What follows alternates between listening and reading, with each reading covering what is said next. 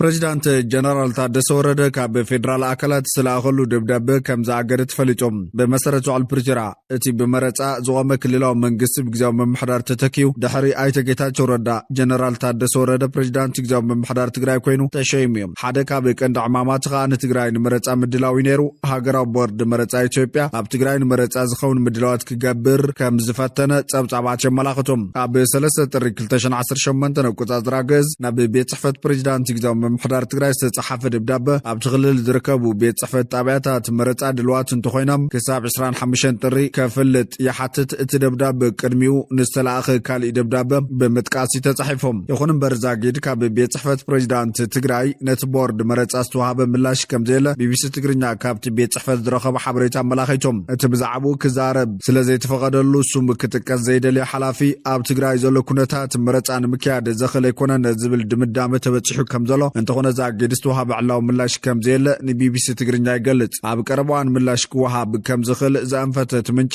መረጻ መሰል ህዝብታት እንተኾነ እኳ ሕዚ ኣብ ትግራይ መረጻ ዝካየደሉ ዕድል ዳርጋ የለን ይብል ባይተ ጌታቸው ረዳ ዝምራሕ ውድብ ስምረት ሓዊሱ ኣብ አዲስ አበባ ዝንቀሳቐሱ ክልላዊ ውድባት ኣብቲ ብዛዕባ መረጻ ዝኾነ ምንቅስቓስ ዘይግበረሉ ዘሎ ክልል ሕፁያት ተቕሪቦም ኣለዉ እቶም ኣብቲ ዝሓለፈ ካታዒ ክልላዊ መረጻ ዝተሳተፉ ብሄራዊ ውድባት ትግራይ ብወገኖም ብዛዕባ እዚ ጉዳይ ክዝትዩ ብቤት ጽሕፈት እቲ ፕሬዚዳንት ጻውዒት ተገይሩሎምን ዘትዮም ነይሮም ሳልሳይ ወያነ ትግራይ ዝርከቦም ዝበዝሑ ውድባት ተመዛበልትን ኣብ መረበቶም ከይተመለሱን ግዛት ሓድነት ትግራይ ናብ ንቡር ከይተመለሰን ኣብ ትግራይ ዝካየድ መረጻ የለን ኣብ ዝብል ሓበራዊ ስምምዕ ከም ዝበጽሖም ምንጭታት ኣረጋጊጾም ኣሎም ኣብ ካናዳ ዩኒቨርሲቲ ካልጋሪ ዝምህር ንፖለቲካ ትግራይ ኢትዮጵያ ብቅርበት ዝከታተል ፕሮፌሰር ጌታቸው ሰፋ ብዛዕባ እቲ ኩነታት ርእይቶ ክህብ እንከሎ ነቲ ካብ ቦርድ መረጻ ዝተጻሕፈ ደብዳቤ መልኪቱ እዩ ዝጅምር ኣብ ትግራይ ሓደ ዝተዓዘብክዎ ነገር ኣሎ እዚ ኣብ እዋን ጌታቸው ረዳ እውን ዝነበረ ካይዳ ይመስለኒ ሓደ ገዛዓዮ እንትወሃቦም ወይ ድማ ሕቶ እንትቐርበሎም ጸገም ከጋጥም ከሎ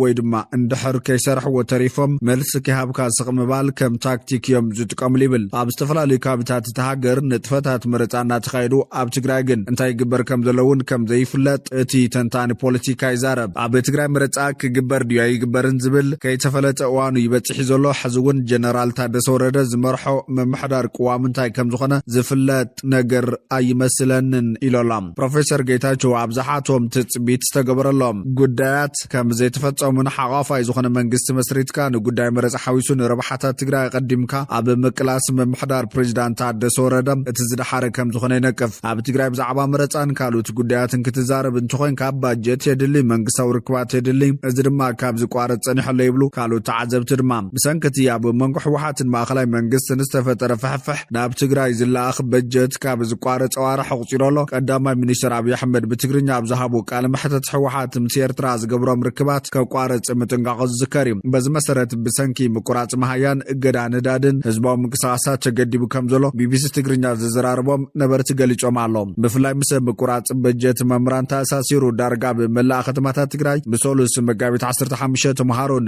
መምራንን ሰለማዊ ሰልፊ ከካይዱ ዒሎም እዮም ኣብቶም መቐለ ዝተኻየደ ሰለማዊ ሰልፊ ንግዛዊ መምሕዳር ወኪል ዝተረኸበ ምክትል ፕሬዚዳንትን ምክትል ኣቦወንበር ሕወሓትን ኣይተ ኣማኑኤል ሰፋ እዚ ቅጽዓት ኣብ ልዕሊ ህጻናት ትግራይ ጥራይ ዘይኮነ ህዝቢ ትግራይ ናይ ምድንቋር ስራሕ ይስራሕ ዘሎ ብምባል ንመንግስቲ ፌደራል ዝኸሰሰ ኮይኑ ብወገን ትግራይ ነዚ ግፍዕታት ተጻዊርካ ንምኻድ ብዙሕ ጻዕሪ ይግበር ከም ዘሎ ተዛሪቦም ሃገራዊ ቦርድ መረጻ ኢትዮጵያ ኣብ ዝሓለፈ ዓመት ጉንበት ንህዝባዊ ወያነ ሓርነት ትግራይ ሕወሓት ካብ መዝገብ ፖለቲካዊ ሰልፍታት እቲ ሃገር ከም ዝሰረዞ ዝዝከር ኮይኖም ብድሕሪኡ ርክቦም ሓሪፉ ቀፂሎሎም ከም ሓበሬታ ገለ ፍልፍላት ፕሬዚዳንት ጀነራል ታደሰ ወረደ እቲ 3 ጥሪ 2018 ዓ.ም ናብ ቤት ጽሕፈት ፕሬዚዳንት ግዚያዊ መምሕዳር ትግራይ ዝተጻሕፈ ኣብ ትኽልል ዝርከቡ ቤት ጽሕፈት ጣብያታት መረጻ ድልዋት እንተኾይኖም ክሳብ 25 ጥሪ ከፍልጥ ዝሓትት ደብዳቤ ከም ዝኣገዶ ዝሕብሩ ኮይኖም እቲ እግድ ነቲ ደብዳቤ ዝኾነ ምላሽ ዝኾነ ኣካል ከይህብውን ዘጠቓልል ምዃኑ እዩ ዝሕበር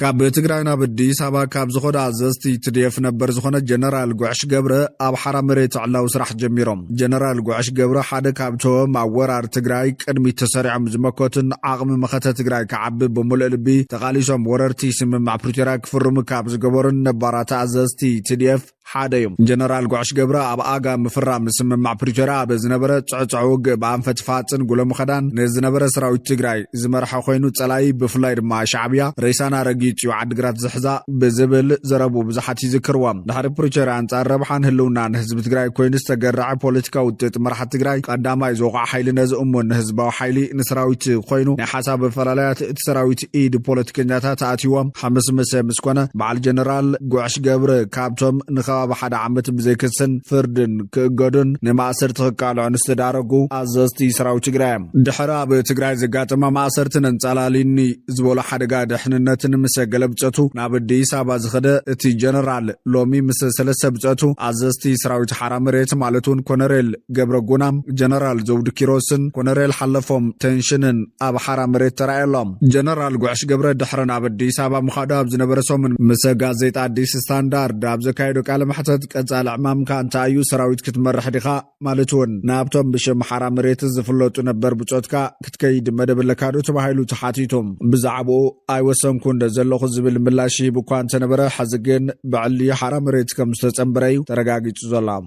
ኢትዮጵያን ሕጥረት ነዳድን ምጽዋር ኣብ ገዛኻ ኮይንካ መስራሕ ሓዊሱ ተሪር ስጉምታት ክትወስድ ጀሚራ ብምኽንያት ሳዕቤን ወጥሪ ማእኸላይ ምብራቕ ዘስዕቦ ቅልውላው ግብፂ ንግዳዊ ኣብያተ ዕዮ ክዕፀዋ ክትውስን ከላ ኣውስትራልያ ትራንስፖርት ነፃ ጌራላ ሮይተርስ ከም ዝሓበሮ ብመንግስቲ ዝውነን ኢንዱስትርያላዊ ትካል ኢትዮ ኢንጂነሪንግ ግሩፕ ንልዕሊ 3000 ሰራሕተኛታቱ ብቨርቹዋል ኣኼባታት ከካይዱ ምንቅስቓስ ተሽከርከርቲ ክቕንሱን ኣገደስቲ መገሻታት ናይ ሓባር መኻይን ክትቆምን መምርሒ ከም ዝሃበ ሓቢሩ ብተወሳኺ ኩባንያ ተቃቅማት ሽከርከርቲ መንግስቲ ኣብ ሶምን ስራሕ ንሓለፍቲ ጥራይ ከም ዝድርትን ንላዕለዎት ኣካየድቲ ስራሕ ወርሓዊ ኮታ ነዳዲ ከም ዘጉድልን ኣፍሊጥዮም እዚ ስጉምታት መንግስቲ ሕፅረት ነዳዲ እናገደደ ከይመጽእ ብምስጋእ ትካላትን ዜጋታትን ብውሑድ ነዳዲ ክጥቀሙ ድሕሪ ምእዛዝ እዩ ኣብ እቶት ነዳዲ ኣዝያ ጽጋዕተኛ ዝኾነት ኢትዮጵያ ብመንጎ ኣሜሪካ እስራኤልን ኢራንን ብዝተወላዕ ወጥሪ ቀረብ ነዳዲ ብምቁራጽ ተሃስያላ እዚ ከምዚ ኢሉ እንከሎ ጸብጻብ ሪፖርተር ከም ዘመላኽቶ መንግስቲ ኣብ ኣብያተ ጽሕፈት መንግስትን ትካላት ልምዓት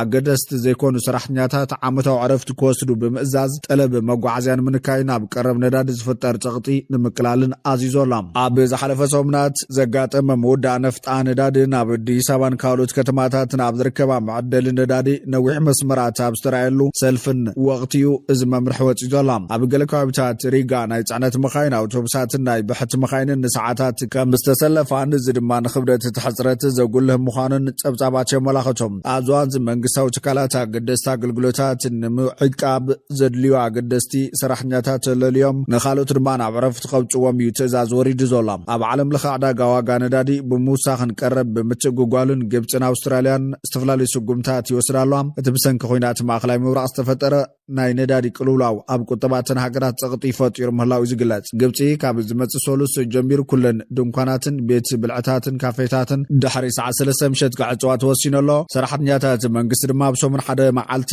ኣብ ገዛ ኮይኖም ብርሕቐት ንኽሰርሑ ተኣዚዞም ኣለዉ እዚ ውሳነ እዚ ንሆቴላትን ቱሪዝምን ኣይምልከትን ቀዳማይ ሚኒስተር ግብፂ ሙስጠፋ ማድቡሊ ከም ዝገለጾ ወጻእታት ነዳዲ ሃገር ብዕፅፎ ወሲኹ 2.5 ቢልዮን ዶላር በፂሖሎ ክብል ኣመላኺቶም ኣውስትራልያ ብወገና ዋጋ ነዳዲ ብ85 ሚታው ብምውሳኹ ኣብ ሜልበርን ጁሎንግን ቪክቶሪያን ዝርከቡ ነበርቲ ንምሉእ ወርሒ ማዝያ ናይ ህዝቢ ትራንስፖርት ነፃ ንኽጥቀሙ ተፈቒድሎም ኣሎም እዚ ድማ ሰባት ብሕታዊ መኻይኖም ገዲፎም ባቡርን ኣውቶቡስን ንኽጥቀሙ ዝገብር እዩ ተባሂሉ ኣሎ فليت نفاري أمريكا توقع بكل تخم استجمع ترجاجي جاب سعود عرب الدركة بعسكر حيلا إير أمريكا توقع زعنوت نفاري تزريو سائل حق نتوم ترجاجي جلام توم سأل فيلم وتدرو زينات أمريكا بذك على حنا فيسبوك قد استزرق حمسلو إتا إي سلست زعنت نفاري تاب كل تخم استجمع تزملا خطيام